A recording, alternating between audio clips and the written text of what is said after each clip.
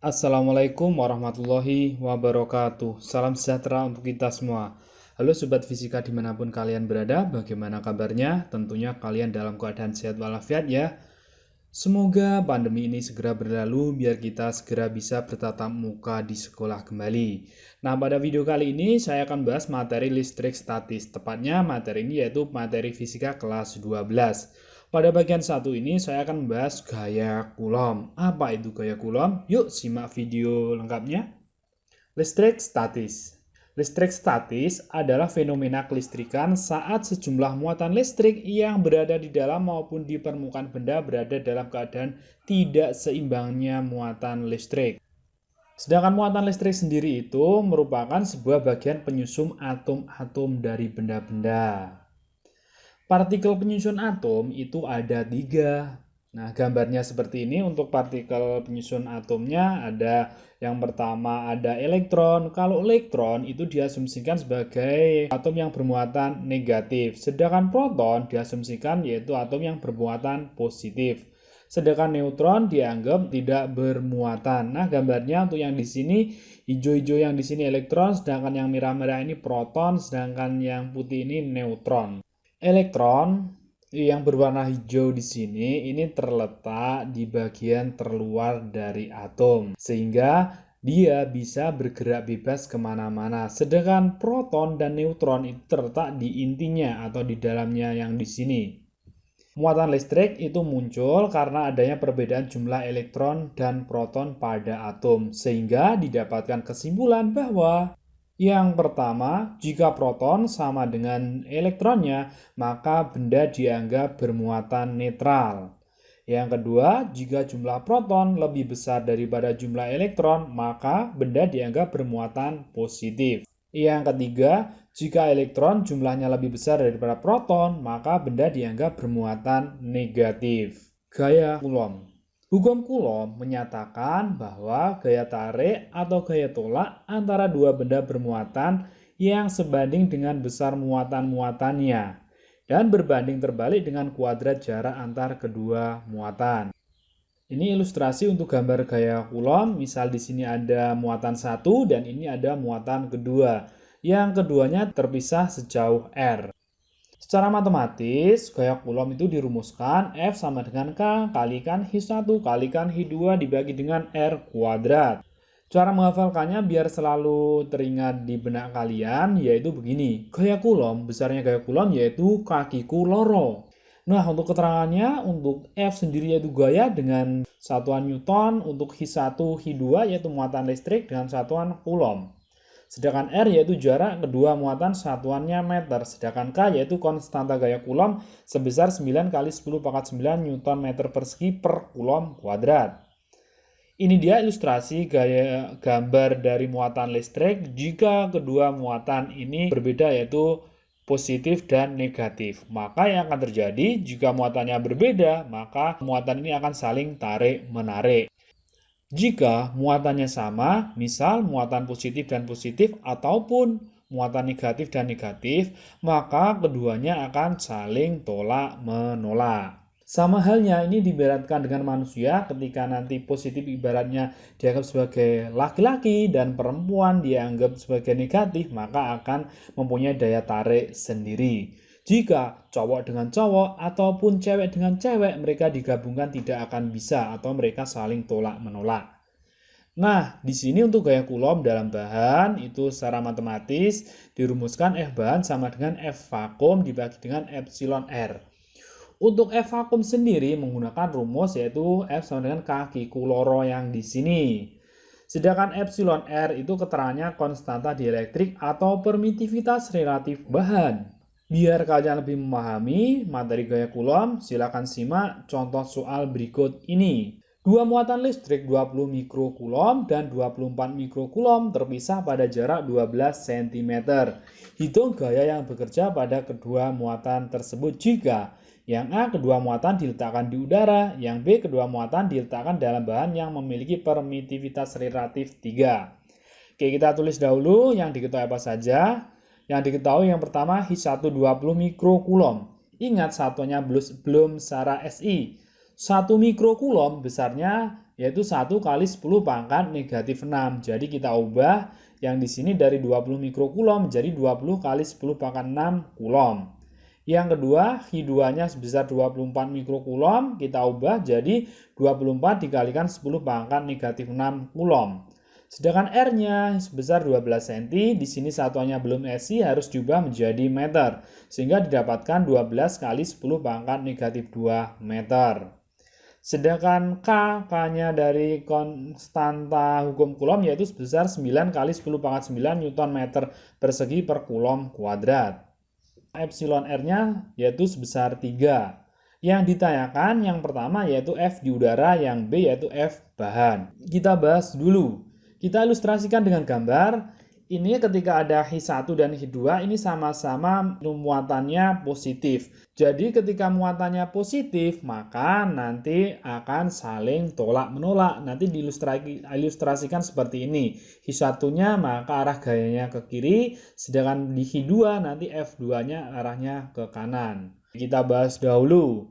F udara rumusnya pakai kaki Kuloro sama dengan K-nya kita masukkan 9 kali 10 pangkat 9 dikalikan Hi1-nya sebesar 20 kali 10 pangkat 6, Hi2-nya 24 kalikan 10 pangkat negatif 6. Sedangkan R-nya 12 kali 10 pangkat negatif 2 dikuadratkan.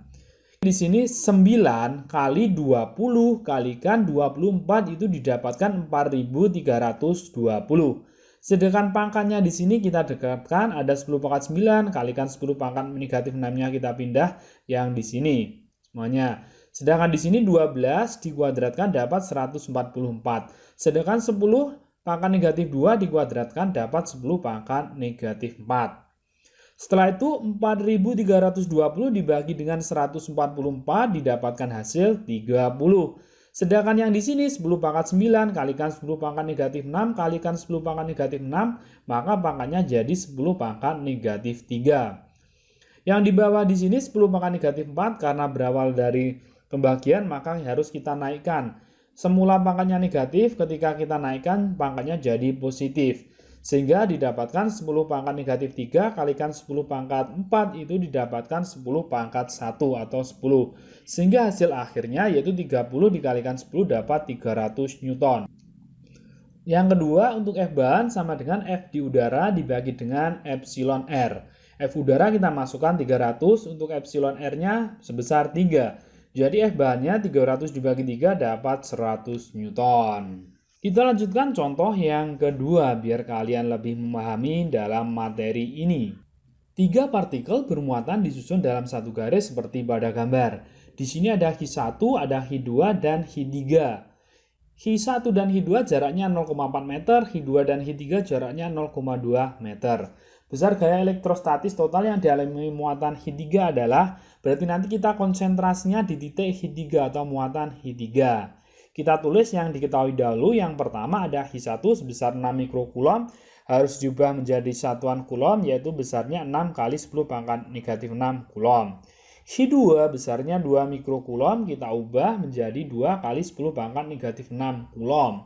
Sedangkan Hi3 besarnya 4 mikrokulom diubah menjadi 4 kali 10 pangkat negatif 6 kulom.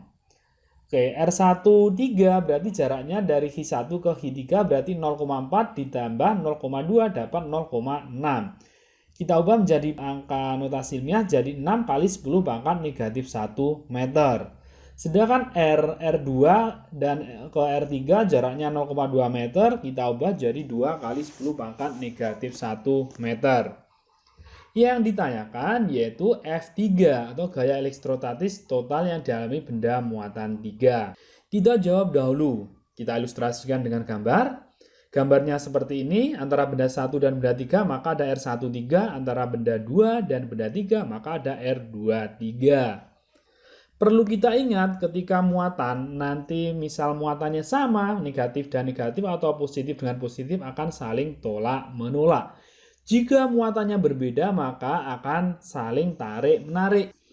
Nah, kita masukkan, kita ilustrasikan Hi3 dan Hi1 itu nanti negatif dan negatif.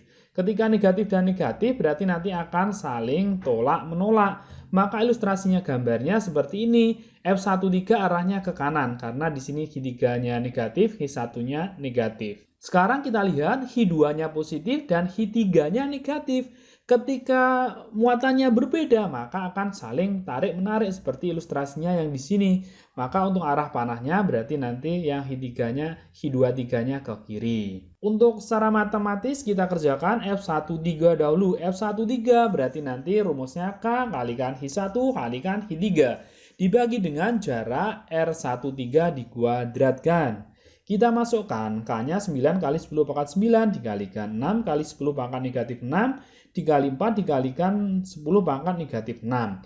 Dibagi dengan jaraknya R13-nya sebesar 6 kali 10 pangkat negatif 1 dikuadratkan.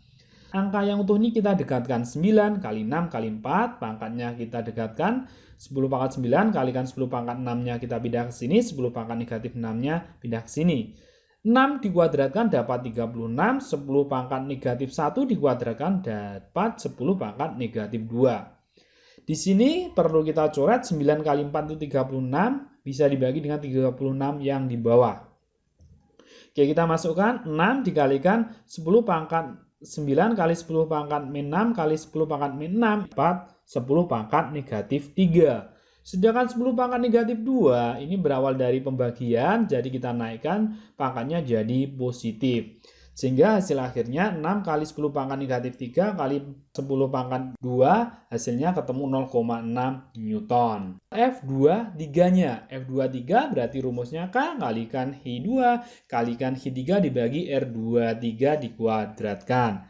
Kita masukkan 9 kali 10 pangkat 9 kali 2 kali 10 pangkat negatif 6 kalikan 4 kalikan 10 pangkat negatif 6. Sedangkan R23-nya sebesar 2 kali 10 pangkat negatif 1 dikuadratkan.